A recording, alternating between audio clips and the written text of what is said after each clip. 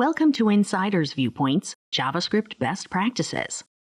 In this video, we will listen to several web application professionals discuss best practices from their experiences with JavaScript. Can you share with us some best practices from your experiences of working with JavaScript? Okay, I want to share 3 best practices that I've learned over the years working in this field, especially with JavaScript. So first is use of IDEs.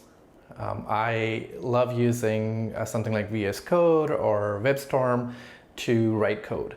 The content assist and being able to look up functions and documentation and classes all within the same editor is very powerful to me, and it's very effective. It makes me a more productive developer. My second advice would be to use linters. So if you're new to JavaScript and you don't know what linters are, they help you write standard code. Now, I don't mean standard in terms of ES6 standard, but this could be standard in terms of how your team decides to write functions and documentations.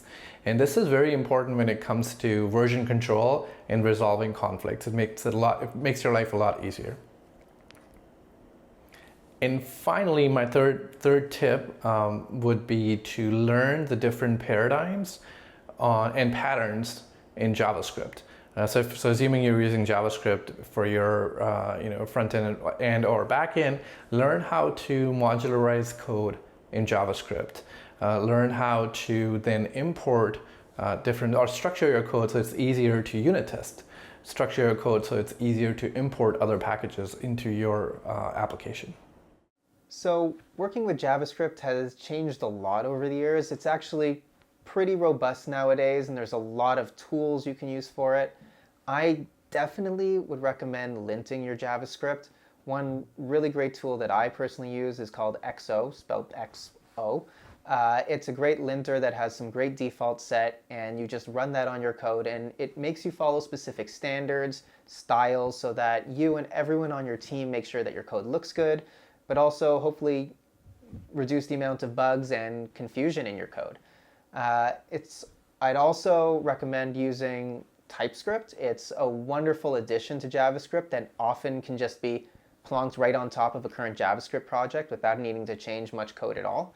And then you can add a whole significant set of features onto your code to make it much better. While working with JavaScript, avoid declaring global variables and functions. Global variables can slow down your program since they are not deleted until the window is closed. Also, scripts that include same variable and run after your code will override your variables. In order to reduce page load times, place your JS at the bottom of your page, especially if the purpose of JS is to add functionality after an event occurs. When declaring lengthy for statements, declare variables outside of the for statement.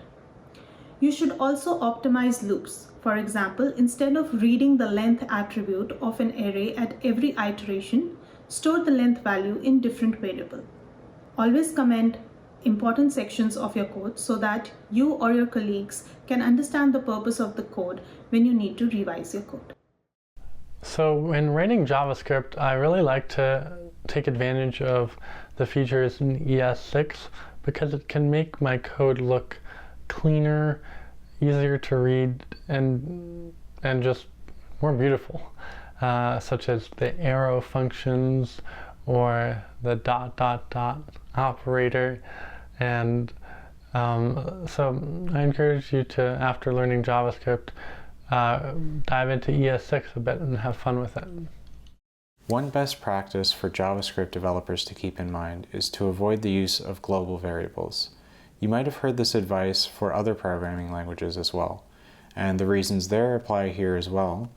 But with JavaScript specifically, the risk of name collision is quite high.